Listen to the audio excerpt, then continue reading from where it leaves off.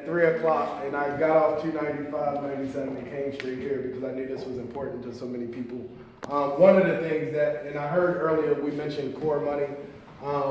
This is the last year that we're going to get core money in fiscal year FY19.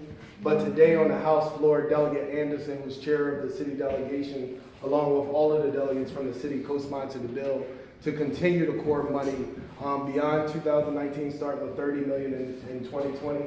Because I think it was Doc that said that core has really been beneficial to a lot of our communities here in the community and helping with some of the blight and stuff like that, and spurring other development. Had it not been for the core money, you wouldn't have Madison Park North, a lot of the things that Coppin CDC is doing. So that's a really, really important step. But really quickly, I think Doc also touched on something earlier. Like, we as elected officials, you don't want us to give you a plan. I think Doc was right on it.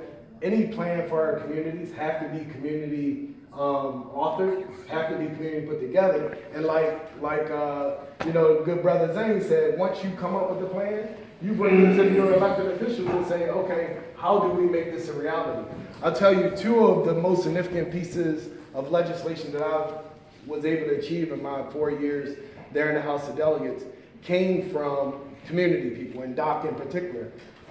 You hear that, Doc? When I first got elected, Doc, who also ran in the same race I did for the House of Delegates, said we need to hold liquor stores accountable for serving alcohol to our minors, right? Because it's not happening in Federal Hill or Canton or Fells Point. It's happening right in East and West Baltimore. So in my very first year, as a result of the idea that Doc brought to me, we doubled the fine for liquor stores who serve to our minors. And in Montgomery County, it's $25,000 is the maximum fine for serving alcohol to minors. In Baltimore City, it was $500, right? And so it just goes to show you the priority. Another thing that came from the community was James Mosier Baseball, which is the oldest African American in the country. Right? They have never gotten state funding, which is crazy. All these elected officials, all these people that have come before me, they've never gotten a dime from any government entity. They've done it through bake sales and good hard work with a bunch of volunteers. We were able to get them $300,000, as well as Morrill Park Little League. And so those are the type of things that we've been able to get accomplished. This legislative session, my number one priority isn't the additional money that I was able to get in the NOC commission to make sure school construction comes. It's not the work that I'm doing around opioid abuse that's devastated our community.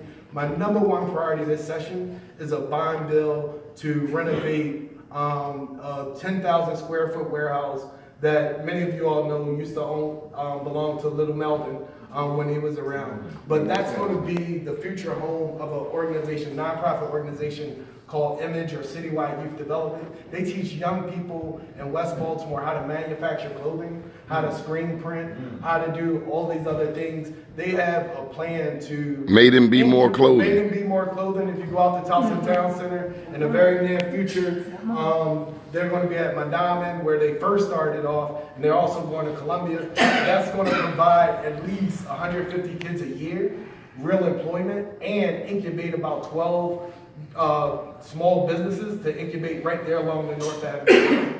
A couple other things that you guys should know that's coming up and pay attention to. The mayor did introduce a piece of legislation as we talked